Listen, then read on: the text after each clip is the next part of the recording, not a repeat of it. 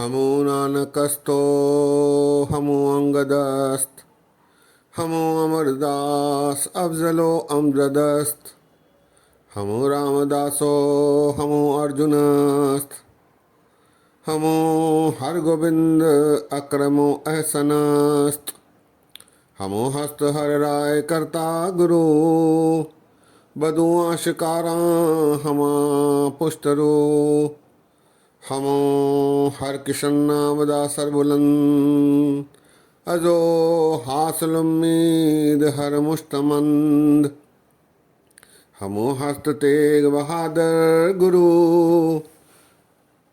के गोविंद सिंह आमदज नूरू हमो गुरु गोविंद सिंह हमो नानकास हमा शब्द ओ जौहरो मानकस्त।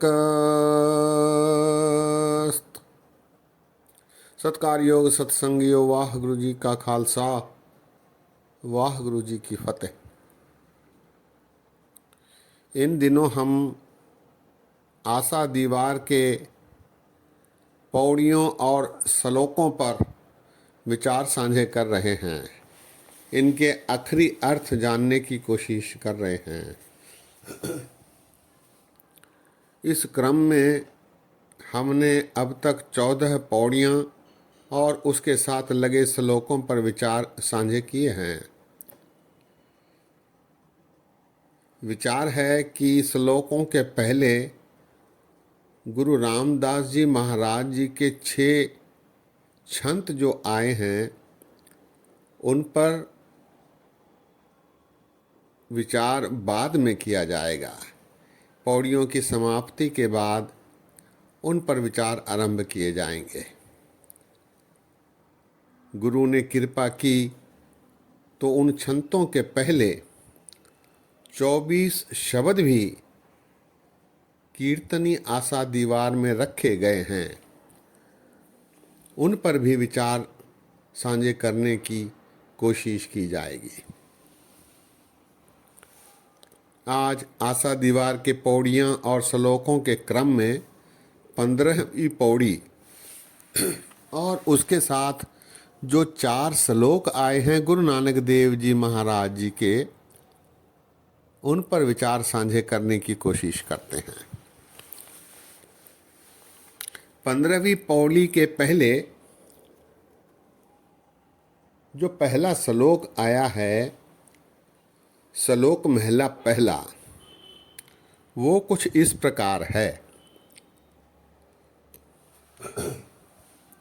दया कपाह संतोक सूत जत गंढी सतवट एह जनेऊ जी का हई त पांडे घत ना एह टुटै न मल लगै ना एह जलै न जाए धन सुमानस नानका जो गल चले पाए चौकड़ मुल अड़ाया बह चौके पाया सिखा कन्न चढ़ाइया गुर ब्राह्मण थिया ओह मुआ ओह झड़ पया वे तग्गा गया ओह मुआ ओह झड़ पया वे तग्गा गया। सत्संगियों, गुरु नानक देव जी महाराज जी ने उस समय समाज में फैली कुरीतियाँ, कर्मकांड, बाह्याडंबर, भेक दिखावे का खुलकर विरोध किया करते थे। वे एक निर्भीक भगत कवि हुए हैं जो खुले रूप से बुराइयों का विरोध करते रहे। इस क्रम में ये 4 श्लोक आए हैं जिनमें महाराज ने जनेऊ पहनने के कर्मकांड को, दिखलावे को बतलाया है। उनका निषेध करते हुए उसका विवरण दिया है। सत्संगियों, हिंदू मत में लड़के को जनेऊ पहनाया जाता है। जनेऊ एक 3 धागों का बटा हुआ सूत होता है जो लड़के के गले में पहनाया जाता है। इससे उनकी मान्यता है कि लड़का अपनी ज्ञान में वृद्धि करता है और उसकी प्रकृति और सुदृढ़ होती है। 3 धागों से उनका तात्पर्य है ब्रह्मा विष्णु महेश, रजोगुण तमोगुण सतोगुण। इन दोनों का प्रतीक ये 3 धागे माने गए और ये 3 जातियों को पहनाया जाता है, ब्राह्मण, क्षत्रिय और वैश्य। शूद्रों को इसको पहनाने की मनाही थी। ऐसा प्राचीन ग्रंथों में आया है कि पहले महिलाओं को भी ये पहनाया जाता है, आजकल इसकी प्रथा नहीं। महाराज ने इसका ही उल्लेख अपने इन 4 श्लोकों में किया है। महाराज ने इसकी उपयोगिता कुछ भी नहीं ऐसा दर्शाया है। जनेऊ ब्राह्मण को 8 वर्ष की उम्र में, क्षत्रिय को 11 वर्ष की उम्र में और वैश्य को 12 वर्ष की उम्र में पहनाने का विधान है। जनेऊ, इसकी रक्षा करना, इसका रख रखाव करने आदि के बारे अनेक नियम हैं। इसे उपनयनम कहा जाता है। उपनयन, इस संस्कार को उपनयन कहा जाता है।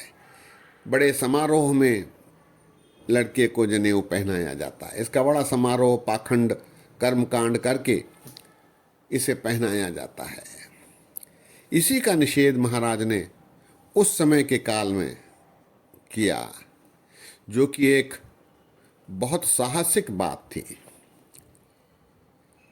महाराज इस श्लोक में कहते हैं, दया कपाह संतोक सूत जत गंडी सतवट, एह जनेऊ जी का हई त पांडे घत। महाराज कहते हैं कि तागे के जनेऊ पहनने से कोई लाभ नहीं। जनेऊ तो दया वाला कपास लेकर, दया रूपी कपास लेकर, संतोक रूपी सूत बनाकर, धागा बनाकर, जत गंडी, जत अन्य संयम वाली गंडी बनाकर, सतवट, उसे सत रूपी, उसमें संयम रूपी, आचरण रूपी, उसमें उसे बांट। ऐसा जनेऊ मनुष्य को पहनाया जाना चाहिए। अगर हे पंडित, यदि तेरे पास ऐसा कोई जनेऊ हो तो तू उसे पहना। यह जनेऊ जी का है त पांडे घत।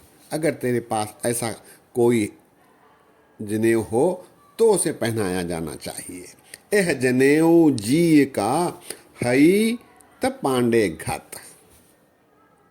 दया कपास संतोख सूत जत गंढी सतवट, एह जनेऊ जी का हई त पांडे घत। महाराज आगे कहते हैं, ना एह टूटे न मल लगे, ना एह जले न जाए, धन सो मान स्नान का जो गल चले पाए। फिर ऐसा सूत कभी टूटता नहीं, कभी मैला नहीं होता, कभी जलता नहीं। ये मनुष्य के साथ दरगाह तक जाता है। ना यह टूटे न मल लगे, ना यह जले न जाए। महाराज कहते हैं, फिर ऐसा जनेऊ पहनने वाला मनुष्य धन्य है जो अपने गले में ऐसी जनेऊ पहनकर दरगाह पहुंचता है। ना यह टूटे, ना मल लगे, ना यह जले न जाए, धन सुमान स्नान का जो गल चले पाए, जो ऐसा जनेऊ पहनकर अपना जीवन व्यतीत करता है। सिक्खा कन्न चढ़ाइयां गुर ब्राह्मण थिया।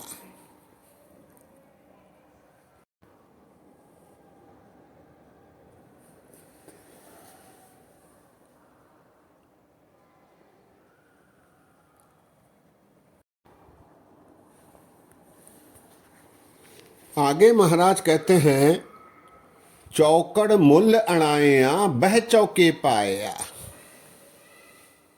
सिक्खा कन्न चढ़ाइया गुर ब्राह्मण थिया।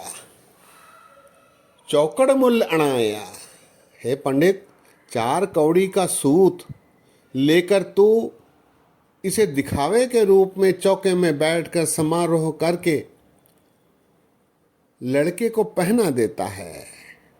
चौकड़ मूल्य अणाया, चौकड़ मतलब 4 कौड़ी का। मूल्य अणाया, बह चौके पाया, चौके में बैठकर अर्थात किसी अच्छे स्थान पर बैठकर समारोह करके, पैसे खर्च करके, दिखावा करके जनेऊ तू लड़के को पहना देता है। और सिक्खा कन्न चढ़ाइयां गुर ब्राह्मण थिया, और अपने शिष्य के कान में ये कह देता है कि आज से ब्राह्मण तेरा गुरु हो गया। अपनी महत्ता दर्शा देता है। सिक्खा कन्न चढ़ाइयां गुर ब्राह्मण थिया, ब्राह्मण को गुरु बना देता है। शिष्य के कान में ये गुरुमंत्र के रूप में दर्शा देता है। सिक्खा कन्न चढ़ाइयां गुर ब्राह्मण थिया, और इसका परिणाम ओह मुआ ओह झड़ पया वे तग्गा गया। मनुख जब मर जाता है तो ये सूत जल जाता है, झड़ जाता है, और मनुख इस जनेऊ के बगैर ही इस संसार से कूच कर जाता है। इसका कोई लाभ उसे दरगाह में नहीं मिलता। जबकि दया कपा संतोक सूत जत गंडी सतवट, क्योंकि ना है टूटे न मल लगे, ना है जले न जाए। इसलिए ये जो जनेऊ पहनाया जा रहा है ये बेकार है, इसका कोई अर्थ नहीं, केवल कर्मकांड है, ऐसा महाराज ने दर्शाया है। श्लोक एक बार फिर। दया कपाह संतोक सूत जत गंडी सतवट, एह जनेऊ जी का हई त पांडे घत, ना एह टूटे ना मल लगे, ना एह जले न जाए, धन सुमान स्नान का जोगल चले पाए। चौकड़ मूल्य अणाया भय चौके पाया, सिक्खा कन्न चढ़ाइयां गुर ब्राह्मण थिया। ओह मुआ ओह झड़ पया वे तग्गा गया। ओह मुआ ओह झड़ पया वे तग्गा गया। सत्संगियों, आज ही विश्राम है। शेष श्लोक और पौड़ियों पर कल विचार साझे किए जाएंगे। समय इसकी इजाज़त नहीं देता। इतने वचन प्रवान करो। हुईं गलतियां के लिए दास हाथ जोड़कर माफ़ी मांगता है। फतेह गजाओ। वाह गुरु जी का खालसा, वाह गुरु जी की फतेह।